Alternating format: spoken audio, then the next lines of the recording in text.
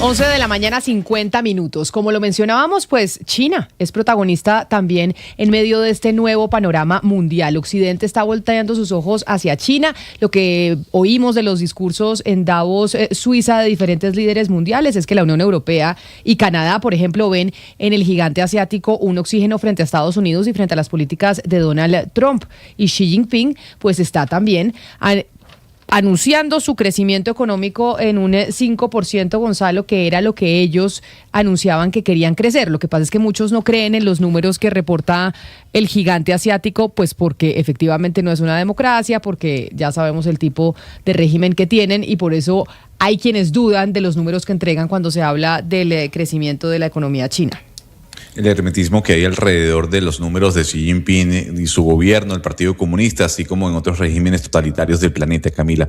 Pero sí, China, digamos que tuvo un crecimiento del 5%, era menor a lo que se tenía previsto del 5.5%, digamos que se mantiene en esa ola igual que el año 2024, en donde también creció el 5%, y esto viene dado, Camila, por las exportaciones a África, a América Latina y sobre todo a Europa.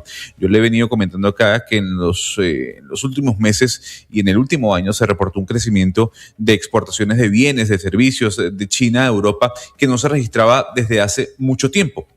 Y esto impulsó sin duda alguna a esa economía grandísima que tiene China hoy en día. Pero para entender un poco qué es lo que está sucediendo, cuál es la posición económica, política, cómo está China en estos instantes, tenemos a Nehemías Jaén. Él fue vicerrepresentante del gobierno de Panamá en China y además fue asesor del Ministerio de Asuntos Marítimos de ese país, de Panamá, para con China, ex vicecónsul del país en Shanghái y sabe mucho del tema. Don Nehemías, gracias por acompañarnos en Blue Radio hasta ahora. Muchísimas gracias, Gonzalo. Muy agradecido por la invitación. La economía china, hoy, la fotografía que nos muestra, está basada en la exportación de bienes ¿hacia dónde?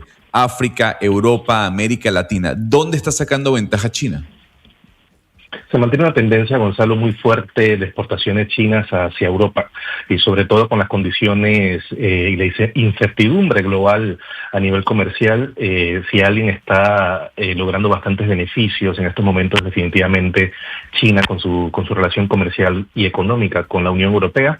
En segundo lugar, con América Latina y por supuesto en el mismo lugar estaría África y el sureste asiático. Sí, en su opinión, ¿cuál sería la mayor dificultad que tiene hoy la economía china de manera estructural para crecer en los próximos años? El mayor desafío que tiene. Desde que estuve en China, estuve casi 20 años en China, en la segunda década de mi estadía allá, yo creo que se mantiene el mismo patrón y la dificultad es cómo incentivar, cómo aumentar, cómo hacer crecer el consumo interno chino. Y yo creo que esa es la parte más difícil que está teniendo el gobierno del Partido Comunista Chino en estos momentos.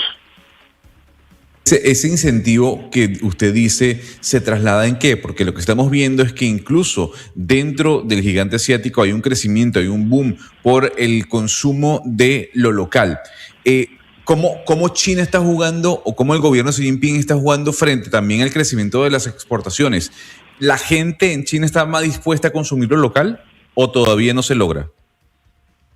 Hay disposición para el consumo de lo local, Gonzalo. Sin embargo, también tenemos que tener en cuenta que mucho de lo que se consume internamente en China también es no solamente producción local, es porque durante un periodo de muchísimas décadas se incentivó, de hecho, fue la atracción de productos extranjeros, básicamente de la importación. Entonces ha habido una disparidad entre el consumo interno de lo local, de lo producido localmente y el tema de las importaciones. Yo creo que esa es parte de la encrucijada china y es por ello que no se ha logrado verdaderamente dinamizar ese consumo interno. Señor Jaén, China es el país más contaminante del mundo y se lo mencionó porque esto también tiene que ver mucho con la economía. Ahora el presidente de los Estados Unidos está diciendo nada de energías renovables, yo no quiero nada más de eso. China, y lo mencionó ayer, lo único que hace es producir molinos de viento, los vende pero no los utiliza dentro de su país. ¿Cómo está el tema de energías renovables en China? ¿En este momento le está apostando o no el grande asiático a este modo de producción de energía? Es muy interesante cuando nos referimos a este sector de energía, y yo tengo que ser muy objetivo y enfático en esto. China ha dado grandes pasos, ha dado pasos agigantados en la transformación de la matriz energética del país, pasando de fósiles en un gran porcentaje a energías renovables, sobre todo temas de energía eólica. Por ejemplo, y ese comentario que todos pensamos en Occidente de decir que China es el mayor contaminante del mundo, yo creo que tenemos que decir que todos hemos contribuido a que China se haya convertido en el mayor contaminante del mundo, porque si nosotros nos referimos a este tema en particular, lo que hizo que China aumentara estas grandes emisiones emisiones y demás, se debe a la gran inversión de cientos de miles de millones de dólares de Estados Unidos, Canadá y Europa en China. Sí. Aprovechando, por supuesto, las condiciones específicas que hasta hace muchos años ofrecía este país, que bueno, no son las mismas condiciones actualmente, pero durante unos 30 años las condiciones en términos laborales y demás contribuyeron a atraer esa inversión, aumentar esa producción y por ende también aumentar la exportación de productos hechos en China, pero con muchísimo investigación y desarrollo de los grandes países de Occidente.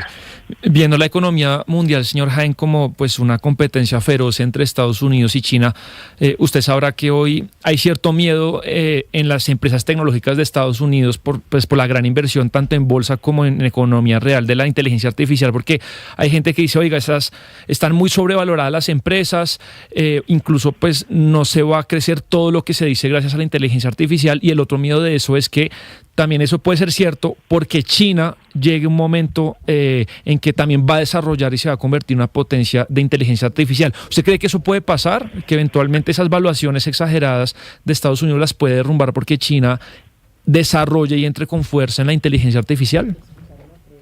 Es que ya China está en la inteligencia artificial. Ya se han sí dado está, pero no sé si al nivel de Estados pasos. Unidos en el futuro.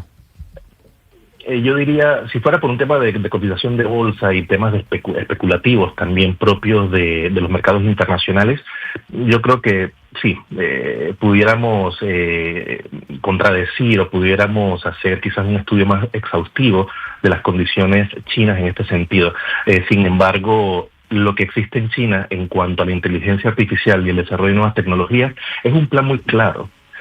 Y es un plan que no empezó hace 5 años, es un plan que lleva por lo menos efectivamente ejecutándose por lo menos desde hace unos 15, 20 años. Entonces, yo creo que es más un miedo de Occidente, no solamente Estados Unidos, sino de Occidente en general, de pensar que en algún momento China se haría del control de las grandes herramientas de inteligencia artificial que pudieran entonces dominar, digamos, en ese sentido, el mundo, diferente a lo que Estados Unidos busca, que básicamente también es una dominancia sobre estas tecnologías. Pues señor Nehemías Jaén, ex vicerepresentante de Panamá en China, gracias por atendernos y por mostrarnos también esa otra óptica que es importante que la empecemos a conocer desde acá con un mundo que está cambiando, y es cómo es la economía china, qué pasa si miramos hacia allá como los líderes occidentales están mencionando desde Davos, Suiza. Un saludo especial y gracias por atendernos. Hasta luego, gracias.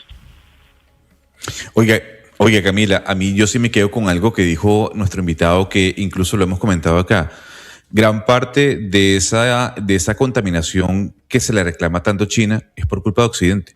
Es por la cantidad o digamos ese embiste que ha tenido Occidente en aprovecharse de la mano de obra barata de China para seguir contaminando, seguir produciendo. Es que parte del capitalismo que estamos viviendo el día de hoy, generado en Occidente, da como resultado a la China que estamos viviendo. Sin el capitalismo de Estados Unidos, de Occidente, de Europa, China no sería lo que es hoy económicamente hablando, ¿no? Nos vamos con las noticias del mediodía. Son las 12 en punto.